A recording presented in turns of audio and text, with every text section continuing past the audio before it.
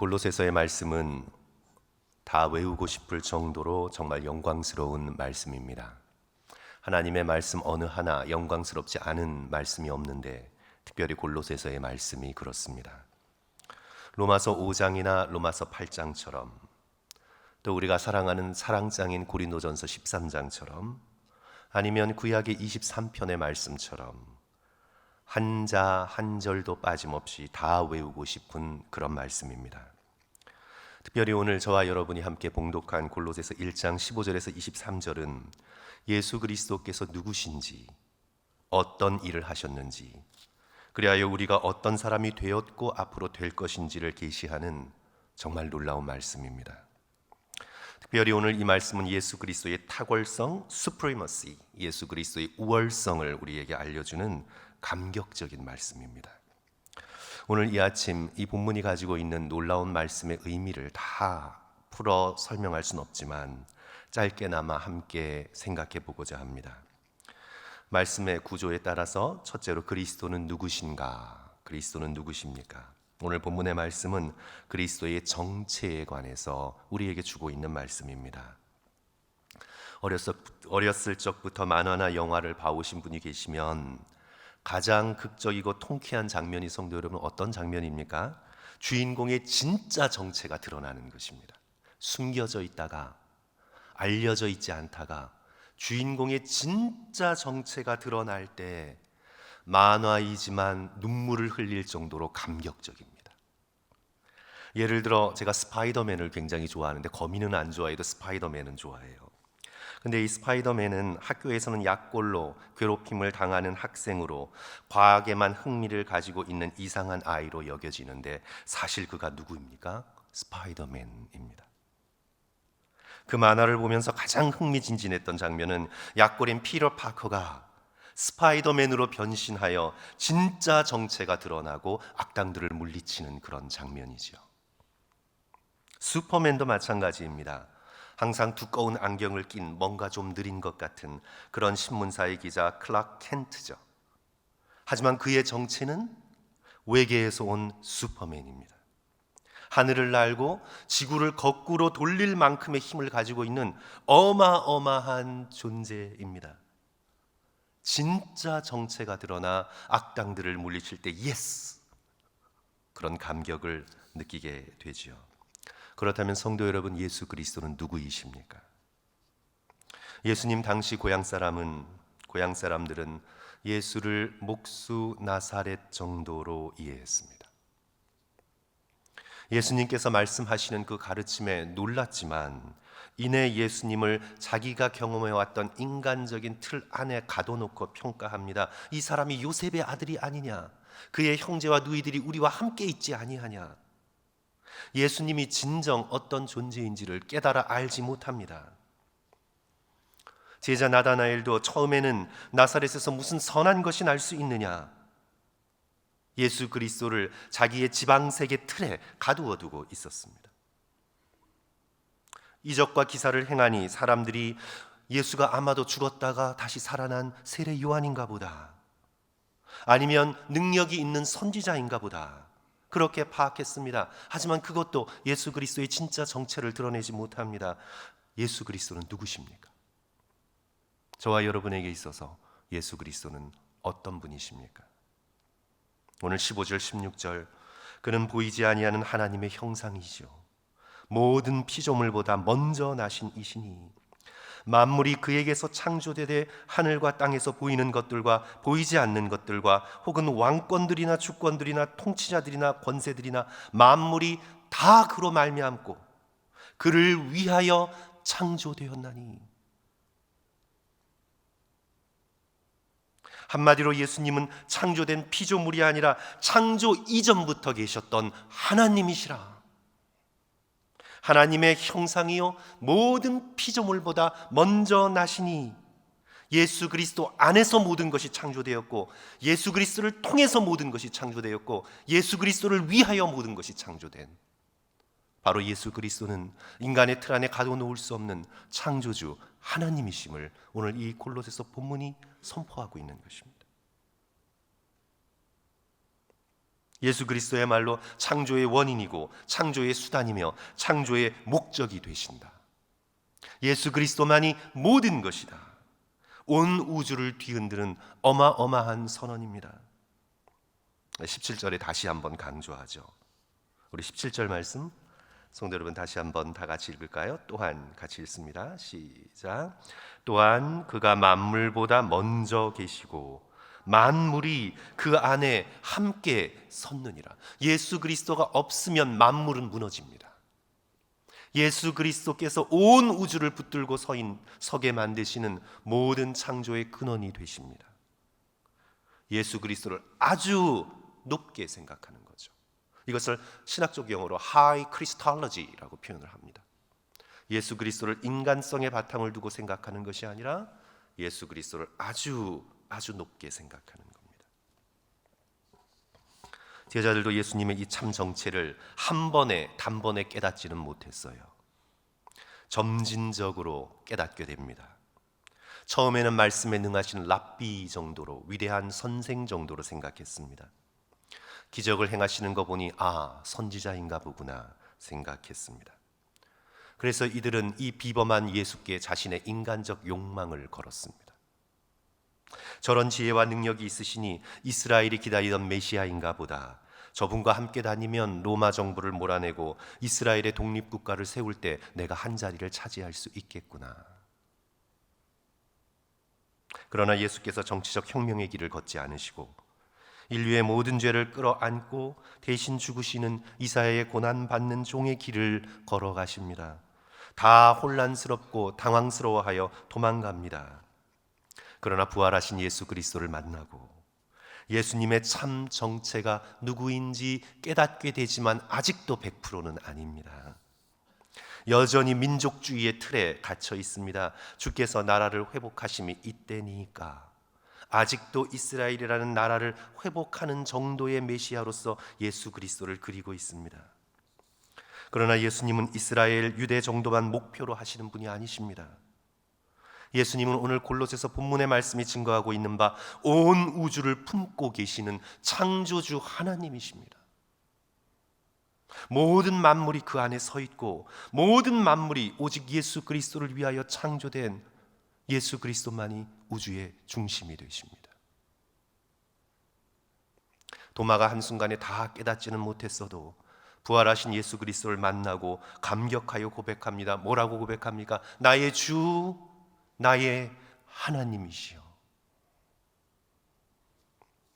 오늘날 신학교에서 가르치는 교수들 중에도 예수님을 그저 나사렛 예수 정도로 역사적 예수를 연구한다는 미명하에 예수님을 1세기에 살았던 랍비 정도로 돌아다니며 가르치는 그런 철학자 정도로 쿰란 공동체와 연관 있는 종말론적 사상가 정도로만 이해를 합니다. 기껏해야 위대한 도덕 군자 중에 하나, 4대 성인의 하나 정도로만 예수 그리스도를 생각합니다. 절대 그렇지 않습니다. 절대 그렇게 예수 그리스도를 인간적 틀에 가두어 둘 수 없습니다. 모든 창조물 이전에 성부 하나님에게서 나신 성자 예수 그리스도, 그를 통해서 모든 것이 창조된 창조의 주님, 모든 것의 중심과 목적이 되시는 우주의 왕 예수 그리스도. 그러므로 사랑하는 성도 여러분, 예수님을 높고 크게 생각하십시오. 예수님을 그저 만만하게 작은 스케일로 만화에나 나오는 피터 파커나 클락 켄트 정도가 아니라 예수 그리스도를 우리의 머리로 상상할 수 있는 한 가장 크고 가장 위대하고 가장 높게 생각하십시오. 예수 그리스도를 광대하게 생각하십시오. 위대하게 생각하십시오. 영광스럽고 인간의 언어로는 표현할 수 없는 가장 아름다운 분으로 생각하십시오. 그렇게 예수 그리스도를 사랑하고 사모하고 예수 그리스도를 섬기십시오. 존 파이퍼가 예수 내 영혼의 기쁨에서 그는 이렇게 기도합니다. 저는 이 기도가 참 오늘날 우리에게 많은 것을 알려주는 기도라고 생각합니다. 우리는 온전한 그리스도가 절실히 필요합니다.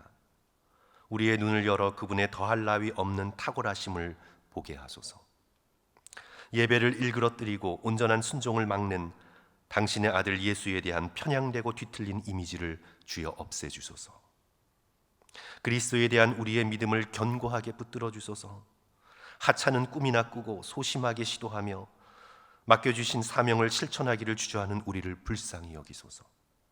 우리에게 담대함을 주소서. 우리를 강하게 만들어 주소서.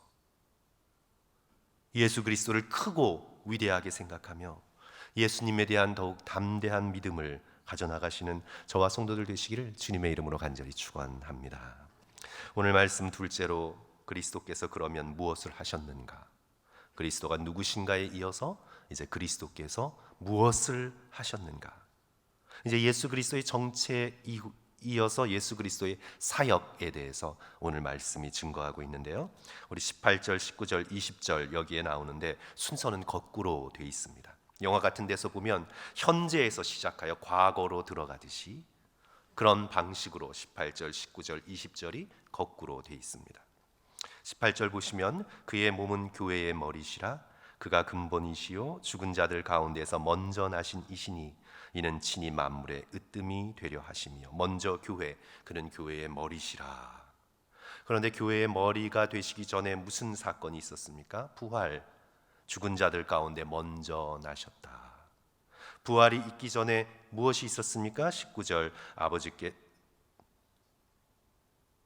십자가가 있었습니다. 십자가 몇 절에 나오죠? 20절 그의 십자가의 피로 화평을 이루사 만물 곧 땅에 있는 것들이나 하늘에 있는 것들이 그로 말미암아 자기와 화목하게 되기를 기뻐하심이라. 이제 19절은 부활하신 예수 그리스도께서 하나님의 영원한 생명을 사람들에게 이 땅 가운데 부어주시는 그런 것들을 보여주고 있죠. 아버지께서 모든 충만으로 예수 안에 거하시고 그 충만이 예수 그리스도의 부활을 통해 모든 사람들에게 알려졌습니다. 오늘 말씀의 순서는 이렇게 되죠. 교회, 그 다음에 부활, 십자가. 순서적으로는, 시간적으로는 거꾸로 되어 있습니다. 하지만 이것은 예수 그리스도의 사역 모두를 담고 있습니다. 오순절, 부활절, 성금요일. 순서대로 자면 십자가의 피를 흘리시고 부활하시고 교회를 세우시고 예수 그리스도의 사역이 모두 다 들어가 있습니다. 십자가를 통해 온 세상을 하나님과 화목하게 하시고 부활을 통해 하나님의 영원한 생명이 현실이 되게 하시고 교회를 세우셔서 그 복음을 땅끝까지 전파하게 하시고 예수 그리스도의 사역이 전부 다 들어가 있습니다. 18절, 19절, 20절은 복음의 모든 내용을 다 담고 있는 그런 복된 말씀이죠. 그러면서 이제 우리를 세 번째로 인도합니다. 그렇다면 교회된 우리 한 사람 한 사람에게 하나님께서는 어떤 아름다운 뜻과 계획을 가지고 계신가? 우리 21절, 22절 우리 다 같이 한 목소리로 읽겠습니다. 전에 같이 읽습니다. 시작. 전에 악한 행실로 멀리 떠나 마음으로 원수가 되었던 너희를 이제는 그의 육체의 죽음으로 말미암아 화목하게 하사 너희를 거룩하고 흠없고 책망할 것이 없는 자로 그 앞에 세우고자 하셨으니. 전에는, 이제는 이렇게 비교하고 있어요. 전에는 악한 행실로 하나님을 멀리 떠났지만 이제는 예수 그리스도 안에 화목해 하시고 하나님 앞으로 데리고 오셨다. 전에는 너희가 마음으로 하나님과 원수가 되었지만 이제는 하나님 앞 그리스도 예수 앞에 거룩하고 흠없고 책망받는 자로 너희를 세우고자 하시는 하나님의 이 놀라운 뜻을 갖고 계시다. 예수 그리스도가 높으신 것만큼 예수 그리스도 안에서 한 사람 한 사람을 향한 하나님의 뜻은 높습니다. 성도 여러분, 그냥 지옥에나 가지 말고 구원 받아라, 이 정도가 아니라 오늘 우리를 향한 하나님의 뜻은 엄청나게 높습니다. 원수되었던 우리를 십자가의 피로 구속하신 이유, 우리는 구원만 강조하는 경향이 있잖아요. 그냥 예수 믿고 구원받아 천국 간다, 구원만 강조하는 경향이 있습니다. 구원이 중요하죠. 그래서 구원은 아무리 강조해도 지나침이 없죠. 구원은 강조해야 합니다. 그런데 우리가 또한 기억해야 될 것은 우리를 그렇게 구원하신 이유, 구원의 목적, 왜 구원하셨습니까? 왜 이스라엘을 출애굽시키셨습니까? 애굽 땅에서 왜 구원하셨습니까? 우리가 그냥 출애굽 구원에만 너무나 생각하고 있으면 그 구원의 목적, 구원의 이유를 알지 못해요. 이스라엘을 왜 애굽 땅에서 구원하셨습니까? 하나님의 거룩한 백성으로 삼아 이 땅의 빛과 소금을 감당하며 제사장 나라로서 하나님의 treasured position, 하나님의 놀라운 복된 존재로서 세워 이방의 빛이 되게 하기 위하여 구원의 이유가 있는 거죠. 왜 하나님께서 원수되었던 우리 한 사람 한 사람을 구원하셨습니까? 왜 그러셨습니까? 거룩하고 흠 없고 책망할 것이 없는 자로 살아계신 예수 그리스도 앞에 서기 위하여. 우리를 향한 하나님의 뜻은요, 엄청나게 높습니다.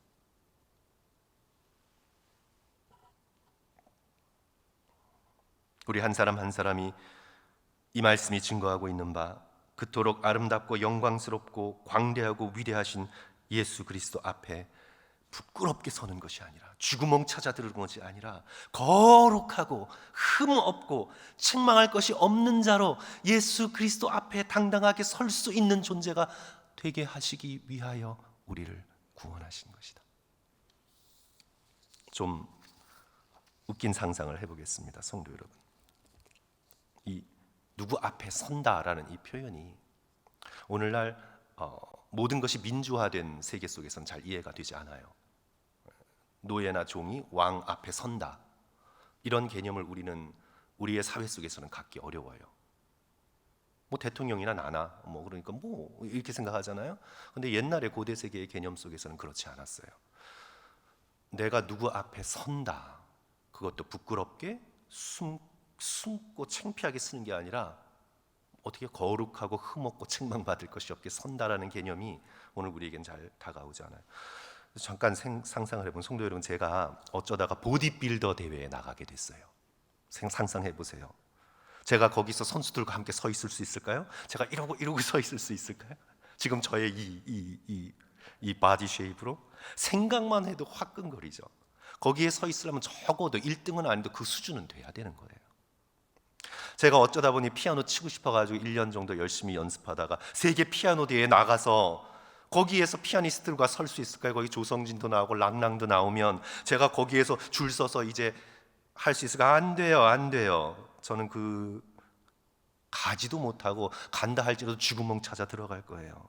조기 축구 선수가 잉글리시 프리미어 리그에 당당하게 설 수 있을까요? 안 돼요. 우리가 누구 앞에 흠 없고 거룩하고 책망받을 게 없이 설 수 있게 된다는 건 그 사람과 거의 같은 수준이에요.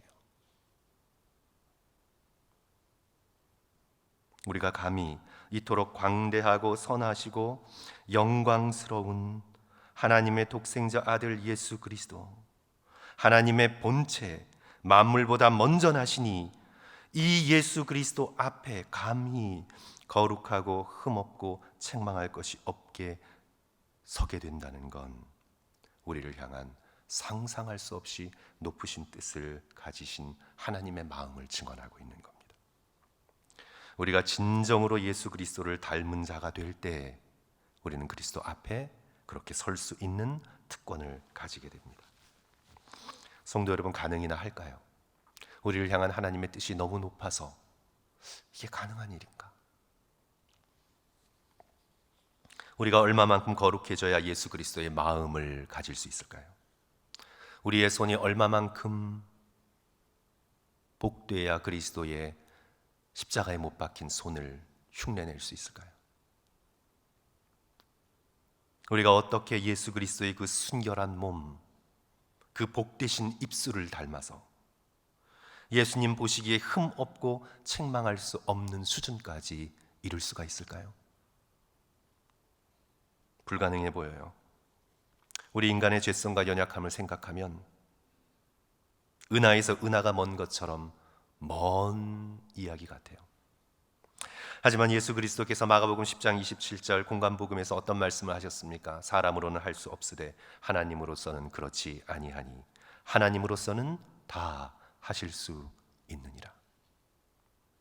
중요한 건, 성도 여러분, 진정으로 중요한 건 우리가 그러기를 원하는가? 할 수 있냐 할 수 없냐를 떠나 우리가 정말 그렇게 되기를 원하는가? 그것이 우리의 가장 간절한 바람인가? 금이나 은을 구함보다 정말 예수 그리스도 앞에서 거룩하여 흠없고 책망받을 것이 없는 존재로 서고자 하는 원함이 우리에게 있는가? 예수님의 공생의 치유사역 대부분 예수 그리스도는 사람들에게 물었습니다. 내가 낫고자 하느냐? 그 원함을 물으셨습니다. 묻지 않은 경우에도 그들은 이미 간절한 원함을 가지고 예수 앞에 치유받기 위해서 나왔습니다. 예수님은 싫다는데 쫓아다니며 밥을 떠먹여주는 그런 부모의 역할을 거부하십니다. 영적인 세계에서는 그렇게 이루어질 수가 없어요. 우리의 원함, 진정한 바람을 요구하고 계십니다.